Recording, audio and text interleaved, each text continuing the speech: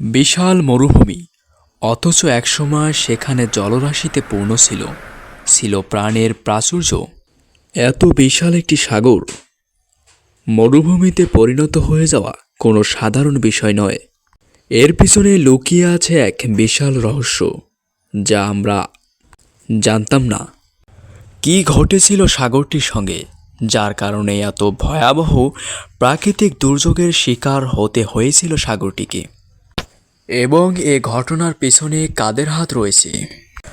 ভিডিওটি শেষ পর্যন্ত দেখতে থাকুন, ইনশাল্লাহ নতুন কিছু জানতে পারবেন। আর আপনি যদি আমাদের চ্যানেলে নতুন দর্শক হয়ে থাকেন, ভিডিওটি দেখতে দেখতে অবশ্যই আমাদের চ্যানেলটি সাবস্ক্রাইব করে বেল আইকনটি অন করে দিবেন।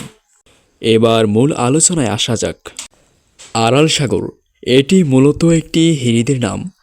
আরবদের কাছে এ হিরটি বিশালতার কারণে সাগর হিসেবে পরিচিত ছিল। 1960 সালের দিকে আরাল সাগর পৃথিবীর বুকে চতুর্থ বৃহত্তম হিরিদ ছিল। পৃথিবীর ইতিহাসে আরাল সাগরের বয়স প্রায় 5.5 মিলিয়ন বছর। এটি একটি অভ্যন্তরীণ হিরিদ, যা কোনো সমুদ্রের সাথে যুক্ত নয়।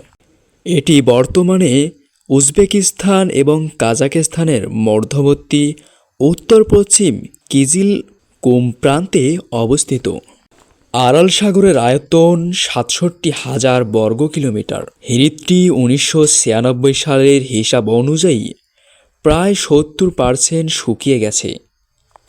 মধ্য এশিয়ার দেশগুলোর সাথে অর্থনীতির ওতপ্রোত জড়িত আরাল সাগরের শুকিয়ে যাওয়ার ঘটনা বর্তমান পৃথিবীর জন্য এক হুমকির বার্তা। এর শুকিয়ে যাওয়ার পেছনে বিজ্ঞানীরা একমাত্র মানুষকেই দায়ী করেছে। আরাল সাগর তীরবর্তী এলাকায় আবহাওয়া বসবাসের জন্য উপযুক্ত ছিল না। বার্ষিক বৃষ্টিপাতের পরিমাণ মাত্র 100 মিলিমিটার, যা যে কোনো প্রাণীর বসবাসের জন্য প্রতিকূল।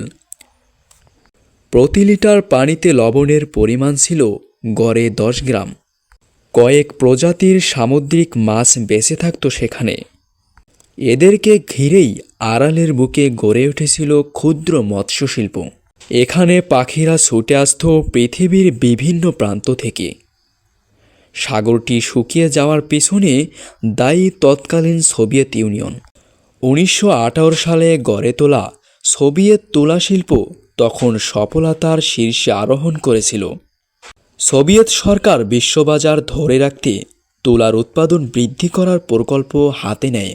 শিরদরিয়া এবং আমুদরিয়া, এই দুই নদীর পানিকে তুলা খেতে সেচের কাজে ব্যবহার করার পরিকল্পনা হাতে নেয় তারা। অনুর্বর মাঠ উর্বর করতে নদীর দিক পরিবর্তন করে সোভিয়েত ইউনিয়ন।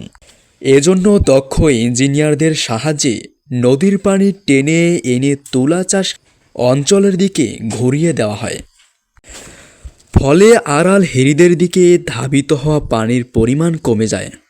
হিরিদের সঙ্গে সাগরের কোনো সংযোগ না থাকায় আস্তে আস্তে পানির পরিমাণ কমে যায়।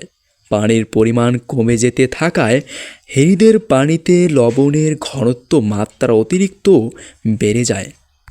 ফলে জলজ প্রাণীদের ওপর বিরূপ প্রভাব পড়ে। এখান থেকে আরাল সাগরের ধ্বংসের সূচনা ঘটে। লবণের পরিমাণ বেড়ে যাওয়ার ফলে আবহাওয়ায় বড় রকমের পরিবর্তন ঘটে। ঝড় তুফানের পরিমাণ বেড়ে যায় বহুগুণে। এছাড়াও বিভিন্ন গবেষণাগারের রাসায়নিক বর্জ্য, বিষাক্ত কীটনাশক, বিভিন্ন কারখানার বর্জ্য আরাল সাগরের পানিতে নিষ্কাশন করা হতো। পানি শুকিয়ে গেলেও লবণের পরিমাণ থেকে যায়। বিপর্যয়ের কারণে পূর্বের আরাল সাগর উপকূলে ঘন লবণের স্তূপের সৃষ্টি হয়েছে। ফলে সেখানকার মাটির গুণাগুণ নষ্ট হয়ে যায়। লবণাক্ত পরিবেশে মানুষের স্বাস্থ্যের জন্য খুবই ক্ষতিকর। ফলে বিভিন্ন প্রাণঘাতী রোগ মহামারী হিসেবে দেখা দেয়।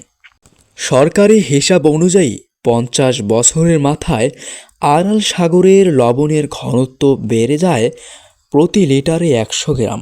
1960 সালে বিশাল হিরিদের পানি দ্রুত শুকিয়ে যেতে থাকে। স্থানীয় অধিবাসীরা বিষয়টি লক্ষ্য করে আড়ালের পানির উপর নির্ভরশীল অধিবাসীরা উপায় না দেখে অন্য প্রদেশে যেতে থাকে। 1997 সালের শুরুর দিকে করা জরিপ অনুযায়ী আরাল সাগরের প্রায় 90% পানি শুকিয়ে গেছে। পানির পরিমাণ কমতে কমতে একসময় বিশাল আরাল সাগর সামান্য জলাশয়ে পরিণত হয়। আরাল সাগরের দক্ষিণ ভাগ এখনও মরুভূমির মতো শুষ্ক। উত্তরাংশ ধীরে ধীরে ফিরে পাচ্ছে জীবন প্রবাহ। 1990 সালে সোভিয়েত ইউনিয়নের পতন ঘটলে আরাল সাগর নব্য রাষ্ট্র কাজাখস্তান এবং উজবেকিস্তানের অধীনে চলে আসে। পরবর্তীতে বিভিন্ন দীর্ঘমেয়াদী প্রকল্প নেওয়া হয় হাতে।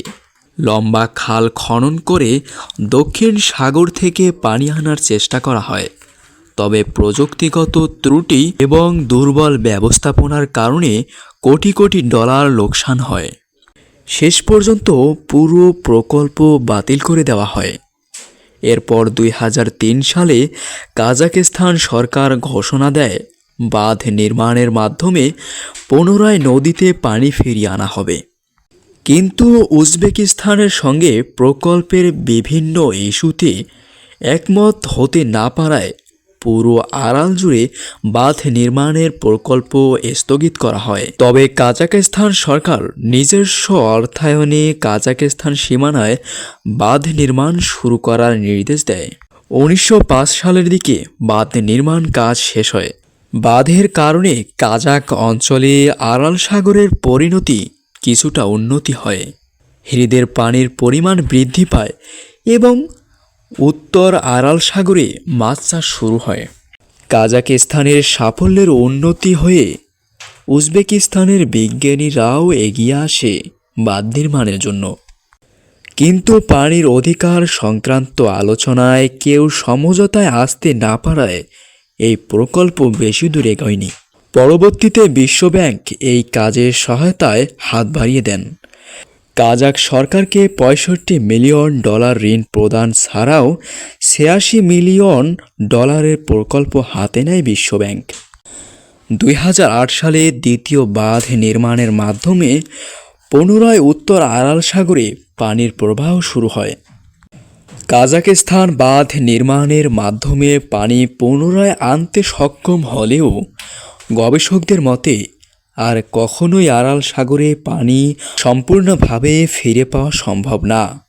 আরাল সাগর বিপর্যয়কে 20 শতাব্দীর সবচেয়ে ভয়াবহ প্রাকৃতিক দুর্যোগ হিসেবে ধারণা করা হয়। প্রিয় দিনী ভাইরা, ভিডিওটি কেমন লাগলো তা অবশ্যই কমেন্টে জানাবেন। আর ভিডিওটি ভালো লাগলে অবশ্যই একটি লাইক করবেন। এতক্ষণ আমাদের সঙ্গে থাকার জন্য শুকরিয়া।